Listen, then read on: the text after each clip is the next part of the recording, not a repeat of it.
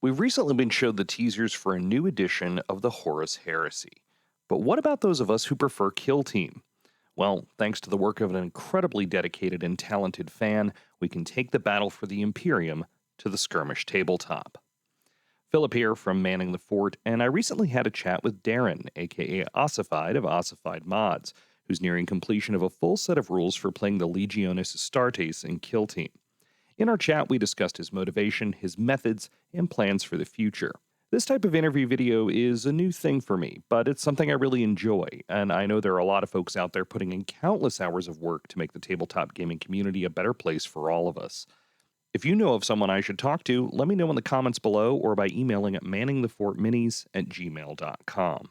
The full rules for the Age of Darkness Kill Team mod are available in text form for free at the links in the description. Right now, Oss is putting together the layout for the final version, which would be almost indistinguishable from a GW book if not for the disclaimers that say it's fan-made. I'll be putting up some teaser images throughout our talk, and you can see more at his Instagram, which is also linked below. This is a bit of a longish interview, so I'm going to stop talking and get right into it. If this sort of thing is something you'd like to see more of, I would appreciate it if you like the video and let me know in the comments below. Well, my name's Darren. I go by Ossified on online.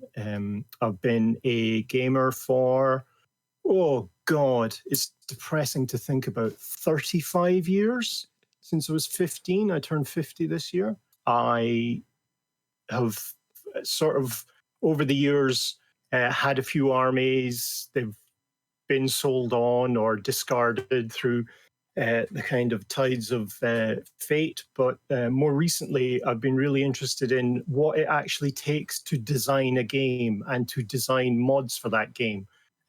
So I started a process probably around 4 years ago, just doing little mods for Silver Tower, Warhammer Quest Silver Tower. And then I did one for, oh God, what was the assassin game called? Execution Force. Yeah. And then they released Kill Team, or what's now known as Kill Team 18, and I instantly fell in love. I thought it was a really elegant system, not without its issues, as most things are. But I thought, do you know what? I really love the Horus Heresy, and I have done since it was first really mentioned in. I've forgotten which now. Either Adeptus Titanicus, the original one, or Enslaves to Darkness, the third edition expansion. So in either of those, the Horus Heresy was kind of discussed. And since obviously they've been expanding it and fleshing it out over the past decade or so, I thought, do you know what? This would be a perfect setting or a perfect system for quick and dirty skirmish warfare in the Age of Darkness. To say they've expanded it is probably a bit of an understatement. We're up to 70-something books, novels at this point. Oh God, yeah. Plus all the Forge World campaign books from over the years, and the specialist games like Titanicus and things like that. So there's a lot of source material to draw from, to be sure. Oh yeah. I really enjoy the 7th and 7.5 edition rule set for the kind of massed combat games of Horus Heresy. I think that's it's got a good heft and crunch to it, and in very many ways echoes Rogue Trader, which was the first edition of 40k. But you don't always have time to play a full huge game. And I know there's Zone Mortalis, which exists there as a kind of a trimmed down version, but sometimes you don't even have time to play that. So, something that you can knock out in half an hour to an hour during lunchtime or quickly after dinner with your mates, perfect. And that's what I'm hoping to kind of achieve with these mods. Yeah, so I've actually got pulled up in front of me right now the last update to the Kill Team 18 Age of Darkness mod, and we were talking a little bit before I started the recording. If it weren't for the fact that you write at the bottom of every page, not a fan made supplement, it would be very easy to mistake this for something that came from Games Workshop. Like the production value and everything is just so spot on. And this is a beefy supplement, 120 odd, 125 pages, I think is what the PDF is. Yeah, ultimately, yeah, completely a team effort. I mean, I assembled it and did the kind of initial, the initial passes at all the rules, but I think that had something like 200, but I think if you've got version 4.1, which was the last one I released, that's got something like 220 games of playtesting behind it, not by me, but by other gamers. And the gallery section at the back, the miniature section, I flick through it every now when I'm feeling a bit depressed because it blows me away how much the community not only accepted it but wanted to be part of it. Yeah, I was really touched by that. I think it's a great aspect to it. and so now we're getting to the point where we've got a new edition of Kill Team that came out last year as we're recording this, and you've been at work updating or carrying over the same sort of modification to Kill Team 21. There's some pretty stark differences in the way that Kill Team 21 plays compared to Kill Team 18. So from a game design or mod design standpoint, how has that process looked compared to when you did it last time? I pretty much had to throw everything out and start again. Kill Team 18, everyone will be familiar with it, is a direct kind of offshoot of 40k. So it has a lot of the same stat bars. A lot of the special rules will be kind of familiar to people in that. But with Kill Team 21, it's effectively there's a board game sensibility to it. Each piece has its own specific set of stats that are unrecognizable when compared to even the previous edition of Kill Team, let alone 40k. I think the first 2 months was me just trying to wrap my head around how the game played. I got a copy of the rulebook. I sat down and I made it. It's really rather pathetic. It's 25 mil bases with just the names of the miniatures on them. That's how I start. The ultimate proxy. Oh yeah, ultimate. But then it's just, yes, as I said, to get the look and to get the feel of the system, to see where there's wiggle room for new rules to be added in, which could expand it a little bit. I mean, I'll talk about the suppression rule later on, but that's been a road that we've had to go through, or that I've had to go through. So once I've got an idea of the concept of what the spirit of the game is and how that plays out, it's then a matter of looking at the looking at the mod for Kill Team 18 and seeing what might the abilities look like. And as an example would be if you're looking at a rule in the previous version which affected nerve or nerve tests. They don't exist. They don't exist in the new one. So how might you apply that? If you're looking at leadership based tests, well, how does that apply? And I started off with a kind of rough and ready idea that a model's remaining wounds might reflect its mental state as well. So as it drops its number of wounds, it might also be a bit less courageous. If that's the case, you can then look at playing, well, these are Space Marines, so how about their leadership, in quotes, never drops below half the value of their wounds. That was pretty quickly abandoned because it added bookkeeping, and that's the bane of these skirmish games is bookkeeping. I love a good bit of extra crunch in a game, but if it slows down, it's out. So an example there would be the suppression system, where originally it's designed as a kind of hindrance to movement. If you can target a specific area and take shots at anything that tries to move across it, you kind of control that area. And as that transitioned into the newest edition of Kill Team, what that really boiled down to is limiting the actions, limiting the APL of an Oh, yeah. opposing figure.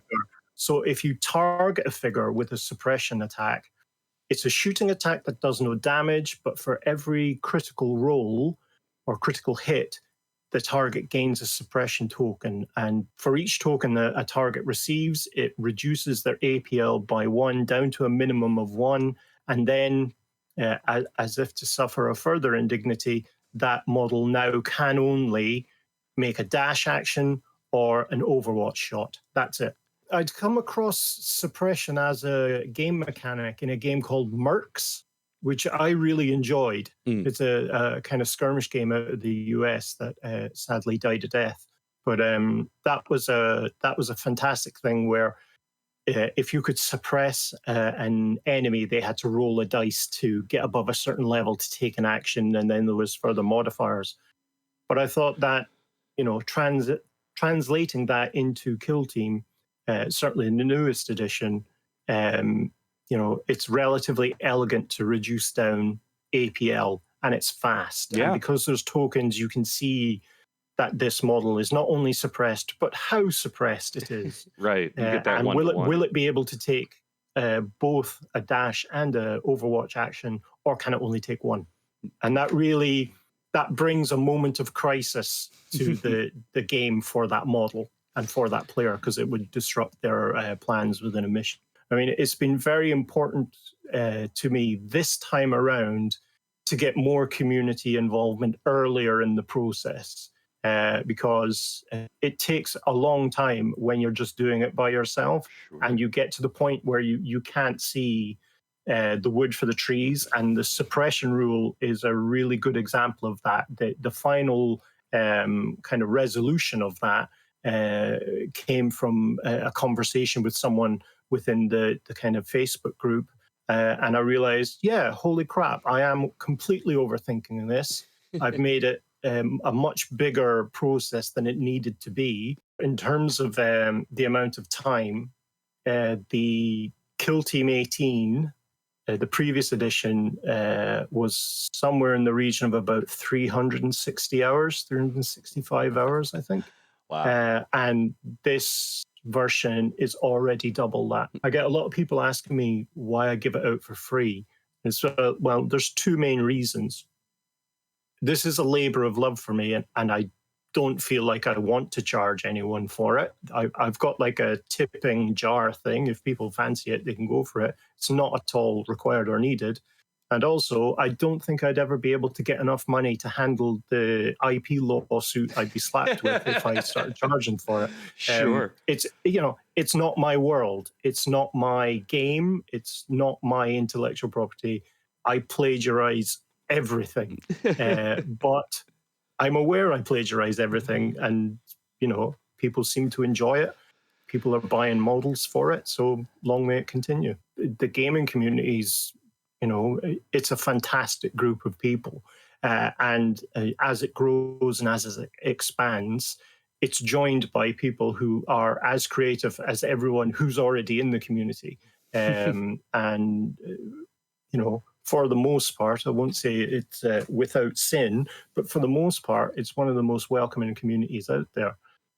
And to be able to give back and not give back, that's not me. They've been very good to me, and this is my thank you not only to the community but to Games Workshop as well. They've, I know it's a business. I'm not naive, but they've kept the thing going for so long, and it's meant such a big, or it's meant so much to me over the years. I mean, I think I mentioned at the start that I wanted to see what it took, and I have nothing but respect for games designers and nothing but respect for graphics designers. I think if people understood the effort involved, as I am slowly kind of getting an idea of, they would be slow to say things are stupid. I don't know. Did I mention? But I actually got interviewed by Games Workshop last year. And I got quite far along the process, but the fit wasn't right. And Oh, I when they were completely hiring appreciate. someone to manage the line, right? The kill team line. Yeah, they were looking for a product developer, as I say, I got far along the process, but yeah, wasn't to be. I was gutted, but it was a great opportunity, and everyone I think I met a lot of people involved in the Kill Team game, including the kind of main rules writer, the main game designer. A nicer group of people you'd be hard pressed to find. Hmm. Well, I want to talk a little bit too about the conceptual space of Horus Heresy as as your kind of realm that you're working within. In part, you've also done Badab War and stuff like that. But Yeah. for Horus Heresy in particular, for the most part, we're talking Space Marine on Space Marine, and I guess from a balance standpoint, that makes things a little bit easier because they're all Space Marines. But as far as making each faction feel unique, again, you've got plenty of source material in the form of the Horus Heresy rules that exist out there. But how does it go to try to make them feel distinct from one another without it potentially introducing some major balance problems?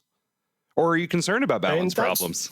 Well, I'm always concerned about balance problems, because the moment that the idea that the game is not actually worth the effort that's been put into it, that's the death of it. Sure. So I need something that will not only get out my own kind of gaming addiction, but also a Space Wolf player would want to play it. A Sons of Horus player would want to play it, and sees that there is not only good abilities and good tactics, or sorry, good ploys for their faction, but also all the other factions, all the other Astartes factions have those abilities as well. Sorry, have their own versions of abilities as well. Right. So yes, there are powerful aspects to given legions, but then each legion has its own kind of specialty. And how do you? I think it was described to me, and I've forgotten by whom, and I wish I could genuinely wish I could remember, because it's one thing to feel like you're playing Space Wolves, for example. It's quite another to be the player who feels like they're facing Space Wolves. So really, it's trying to work out not only what would it be like, but to play them, and how does that look and feel, buy into the player's imagination regarding, yeah. say, for instance, the Space Wolves. But when you're facing the Space Wolves, what would that feel like? What would their tactics be like? What would you want your opponent to feel? It's something that a lot of gamers kind of snigger about, but there's an emotional aspect to these games. Sure. No one likes losing. No one likes losing, but everyone likes a good time. Everyone likes a narrative experience, I think, and that's a big key in not only in Kill Team, but in the more recent versions of 40K. Absolutely. Is the story good? Absolutely, and I'm encouraged to see that a little bit, because I think, especially in the realm of 40K, but it exists in any sort of game with a competitive scene. There's so much focus, I think, by a lot of the player base, at least the vocal player base online, for net listing and what's the strongest faction right now, and what could I take to a tournament and win with. Well, the truth of the matter is, very few of us are going to actually go to tournaments with the aim of actually podiuming. Most of us are there to have a good time. Yeah, but I do like the fact that you can do both. Just as an example, perhaps, pick a legion, pick an Astartes legion, and we'll just have a quick look at them. I mean, as a Black Templars guy, I've got to go with the Imperial Fist. Let's go with the 7th. Imperial Fists. Each legion has 3 kind of main abilities that are universal, and they're applied to all the models and included when you sort out your fire teams. So for the Imperial Fists, they've got Bolter Drill, which is a staple of the Imperial Fists, not only in Horus Heresy, but straight through to 40k. And then I had a think about what is it the Imperial Fists are actually good at? When they're talking about their notable battles, what are they actually engaged in? Is it siege warfare as the attacker and defender? Well, if that's the case, then why don't we use another set of abilities where they gain a defensive boost if they're within the engagement range of an objective. So if they're within a certain distance of an objective that they're trying to hold, their defense is boosted. And if they're setting up barricades at the start of a kill team mission, well, then they should be allowed to set up an additional couple of barricades. But because of their kind of psychosis when it comes to defense, they're not allowed to make any fallback actions if they're within a certain distance of a barricade. Not one step back, as Rogaldorn said. Not one step back. And then, I mean, that's applied universally to all the models in the kill team, all the 8 models. All of the Astartes kill teams have 8 models in them. Okay, I want to get to that. But then we want to also reflect the nature of the legions in their ploys. What are the strategic ploys? What are the tactical ploys they can put in? So again, for the Imperial Fists, for strategic ploys, so you're looking at ignoring any negative APL modifiers if the models are injured. So that's the Praetorians of Dorn rule. They get a boost to a suppressive fire for a given turn, a given turning point. I've shoehorned in the Primarch's kind of tactic into strategitic ploys. So there's a reflection of the sire of the Imperial Fists Kill Team 18 tactic in there. And then we get into the tactical ones. These are the ones that you can use as and when. So it's being able to add a fusillade rule to your bolters or heavy bolters as you're using them. And then, when you're calculating who has control of an objective, you add D3 to the total APL for Imperial Fists. So with that, you're looking at a force that is based upon it's objective based more than really other forces can be, right? Which both boosts and hinders them. That's a good explanation, and it really does kind of answer my question about making the legions distinct, because you have really built in quite a few rules here that make them a defensive objective based team, whereas I assume, say, the World Eaters are going to have a very different style of play that incentivizes them to get mixed in pretty quickly. Oh, absolutely. I mean, they've got a kind of movement boosts. They've got fight action boosts if they've made a charge action. They're able to replace all their chain swords with chain axes. Sure. There's rules in there not only for the nails, but also for things like the ropes of Deshe. So it's do you have a red rope or a black rope, and how does that work? And then the kind of standard World Eater stuff of battle frenzy and rage, that kind of idea. But again, a force focused on getting stuck into melee combat as was. The other thing, while we're talking about the individual legions and things like that, is you mentioned 8 Marines on a team. So how does team construction compare? Because in the base game, of course, they did just increase it so that Marines tend to run in kill teams of 6 now as opposed to 5. Yeah. But how does team construction work in your mod here? I've kind of kept it to the original sets of data sheets from Kill Team 18. So while I did have to kind of throw out everything in terms of conceptualizing how it would work, the mechanics of how it would work, I did start bringing in the kind of lore-based concepts for each kind of legion's abilities and the types of troop that players would be able to use. So there are 4 different types of fire team. There's tactical, assault, breacher, and recon, all power armored, although you can change that with recon. And you're able to take 2 fire teams of 3 models. One of your fire teams must be of the same type as your leader. So your leaders are tactical sergeants, assault, breacher, and recon sergeants. So if you take an assault sergeant, your first fire team must be an assault fire team, but then you're free to choose whatever other fire team you want. And depending on the combination, it gives you different archetypes for the force. So that's 7 models for your team. I then thought the real problem with Age of Darkness mod is there wasn't really much wiggle room in terms of elite units or Legion-specific units. So I thought, well, it's an extra bit of work, but it would be great. So not only can you take a sergeant and then your 2 fire teams, you can now take a Legion support operative.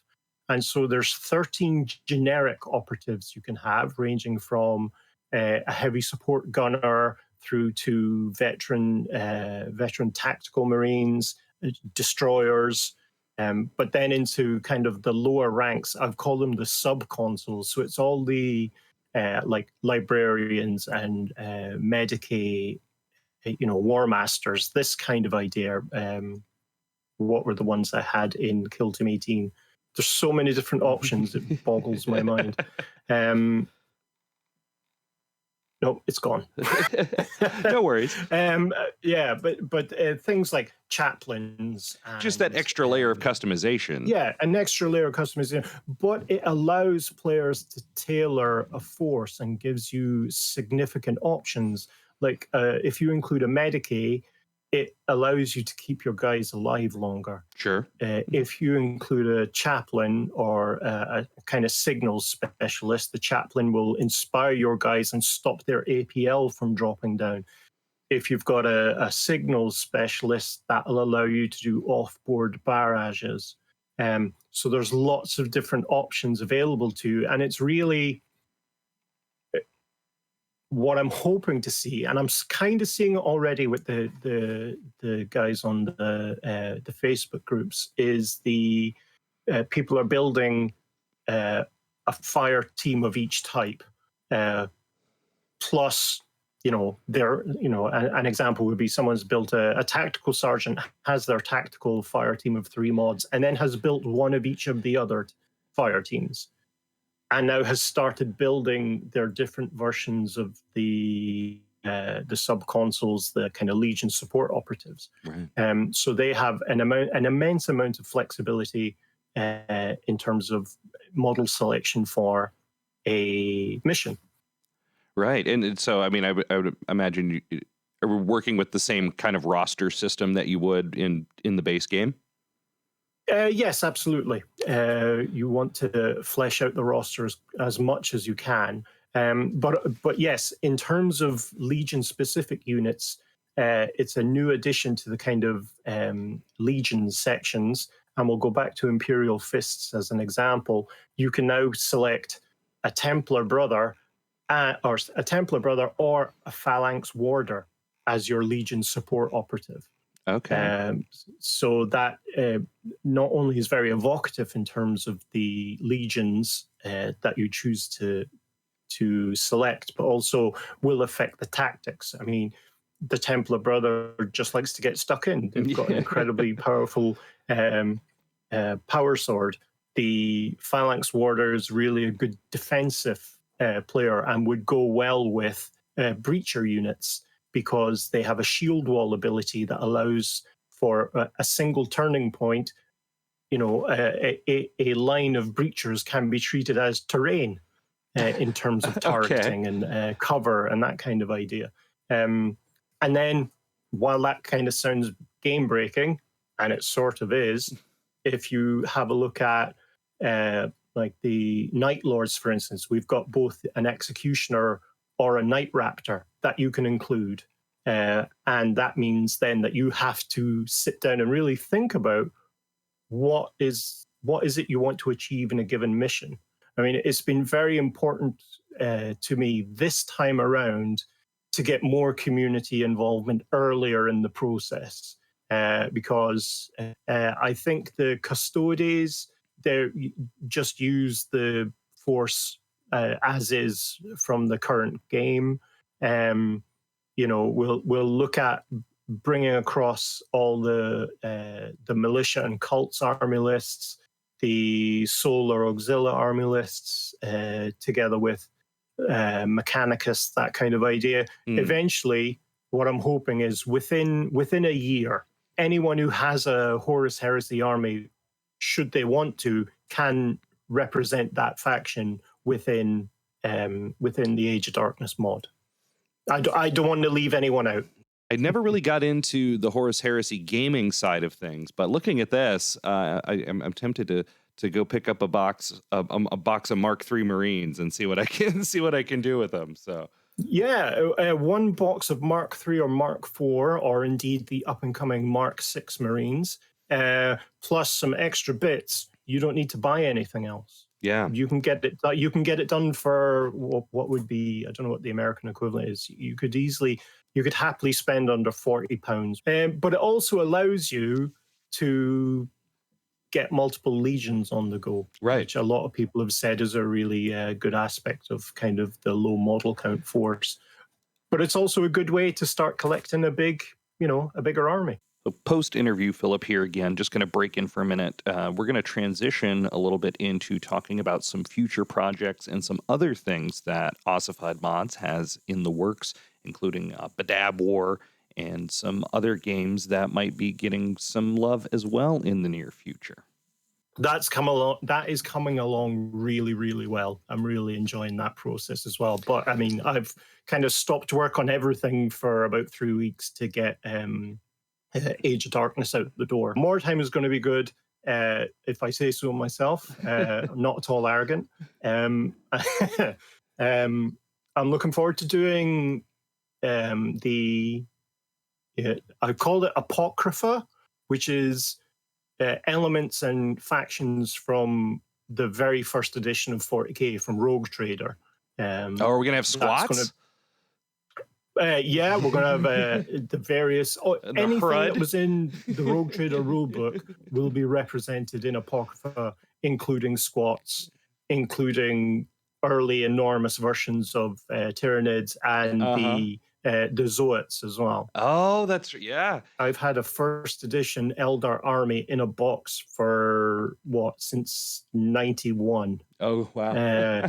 Including a full 4 Zoid squad. So it's really more to cover my shame. I'm doing these games to kind of, yes, I finally use them. Yeah, there's a reason I still have these. There was just one last thing I did want to mention is that I've started developing a board game set in the kind of 40k universe now as well. Okay. A kind of ritualistic version of Blood Bowl. That's played in the underhives and below decks in kind of the shipping of the Imperium. Okay. And it's loosely, it retells the story of the Siege of Terra in a kind of heretical fashion, but not unknowingly heretical. Okay. Well, that sounds... I'm already intrigued. Yeah. Be a good way to use some Necromunda models too, probably. Oh yeah. I think it was really inspired by the release of the Zone Mortalis the Zone Mortalis sets, the boards, just to see how much you could kind of turn a game into a kind of religious, ritualized experience that's persecuted by the official Imperium. But it's interesting, and I'm hoping to have something to show for it this summer. Okay, yeah, no, I'm looking forward to that. So what's the best way for folks to follow you and see these things as they come out?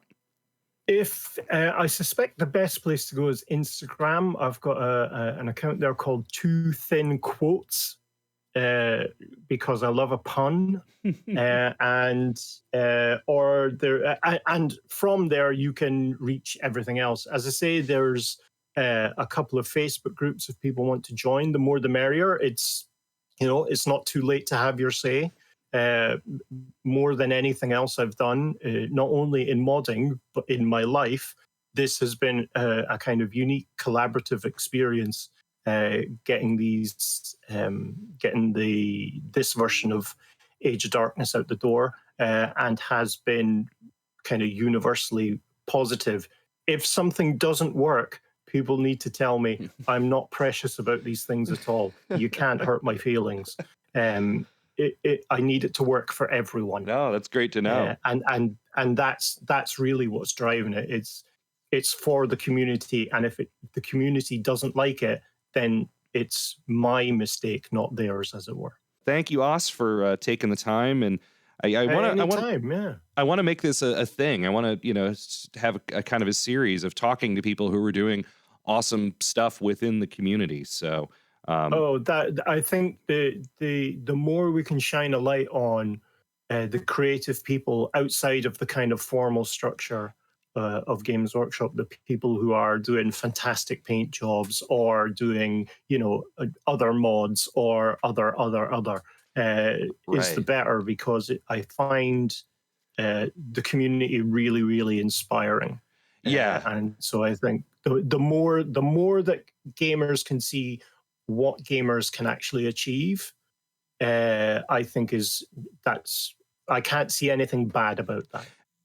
So that was my interview with Ossified. If you stuck around for the whole thing, you are an absolute rock star. Like I said at the top, this is something I want to do more of, because there are loads of people out there working to make our hobby a more fun and enjoyable place for everyone. If there's someone you think I should talk to, whether they be a hobbyist, mod maker, rules writer for other games, or anything else, please let me know. My socials are all linked in the description, and you can leave a comment or email me at manningthefortminis@gmail.com. I'd also appreciate it if you help spread the word about this awesome project by sharing this video. Once the final mod's released, I'll be taking a look at it in some detail, and don't be surprised if you see some Mark III armor popping up in hobby videos down the road. Until next time, the fate of humanity is in your hands, and thanks for watching.